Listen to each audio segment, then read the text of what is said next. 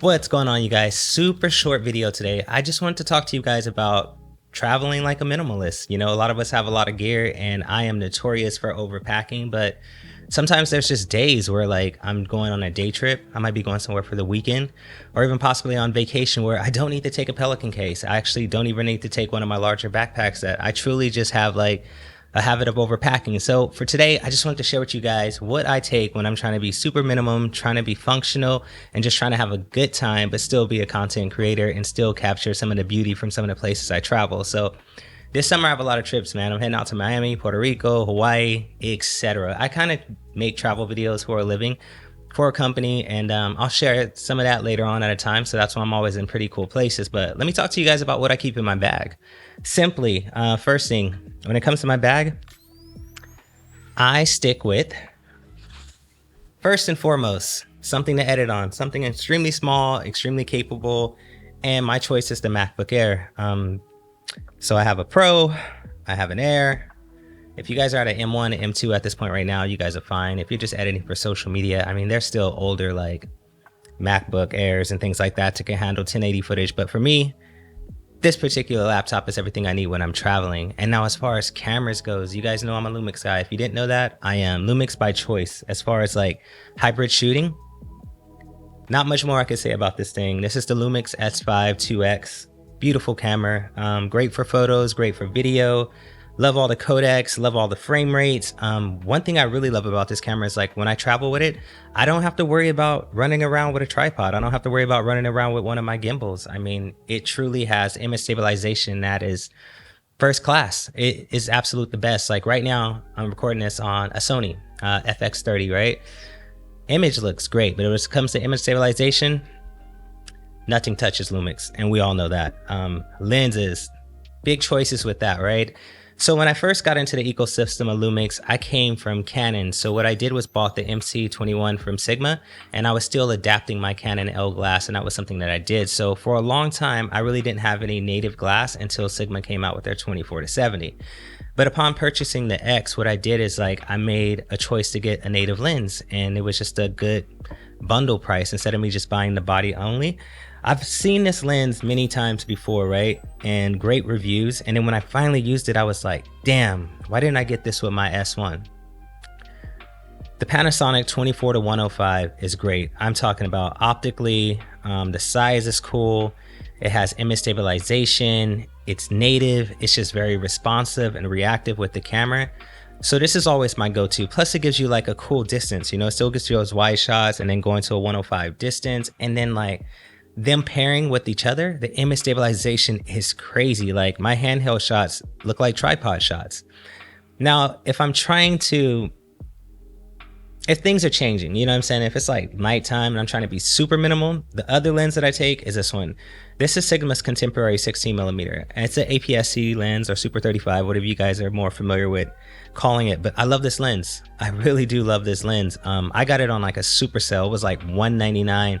And it was like that way for a weekend. So I don't know if that was like a mistake, but every time I see it now, it's like $399 or even $499. I love this lens. So I've never used any of Panasonic's 50mm, and I haven't even used the one that Sigma put out.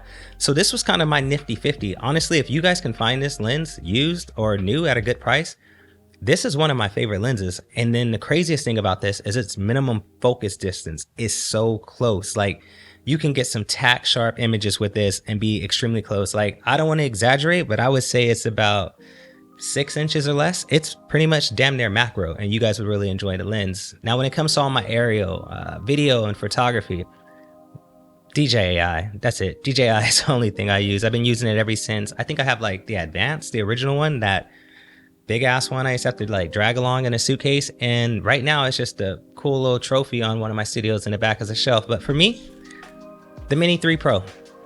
Mini 3 Pro is great. I didn't upgrade to the 4. I know it went to like 60 frames per second HDR and it had a few other features, but ideally it's the same drone. I have no complaints with this thing.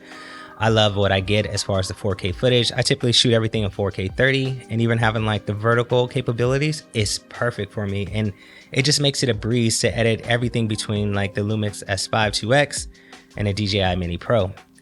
The other thing I use, a lot of people talk about filters. I used to sit there and watch tons of videos on ND filters, and then I end up buying like 3 or 4, 16, 64, 1000, and something else.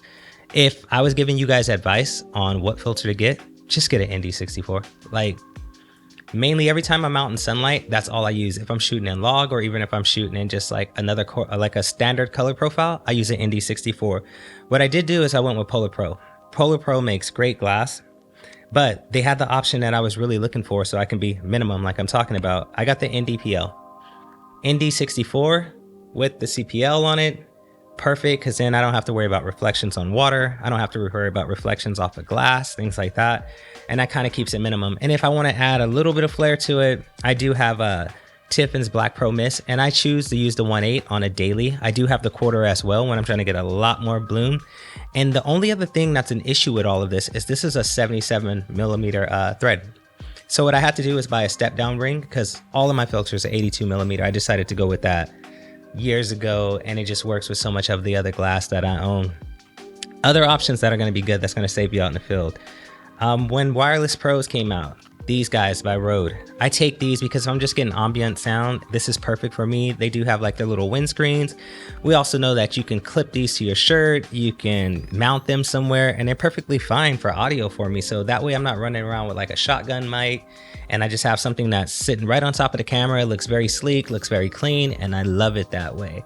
Small stuff that I do, you know, you want to take your cleaning supplies, because man, all of us know if you're swapping lenses, the last thing you want to do is swap a lens, take some great shots, get some great video, and realize, damn, my sensor was dirty. There's like a speck of sand or dust that I just can't. Well, if it's photos, you can Photoshop it out, but if it's video, we've all been there. If you haven't been there, please check your sensor, please clean your lenses. That's one of the things that would annoy you so bad when you get back and you've had all these amazing shots that you just can't use because something's on the sensor or possibly behind the lens. So these two things are a must. Another thing, because I do take out my X and I do take out my DJI, this saves me so many times. I do take extra batteries, but when I don't, I mean, I can just charge everything from here.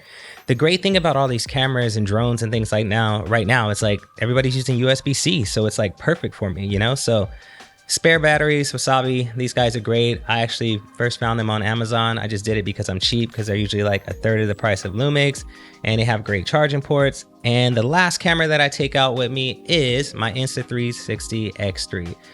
This is just so fun because of the mounting options, when I'm using like the selfie stick, just me walking around or getting different kind of shots. And then of course, the app that Insta360 put out was phenomenal. I love that I can just work and edit some things really quick and get the footage out to social media.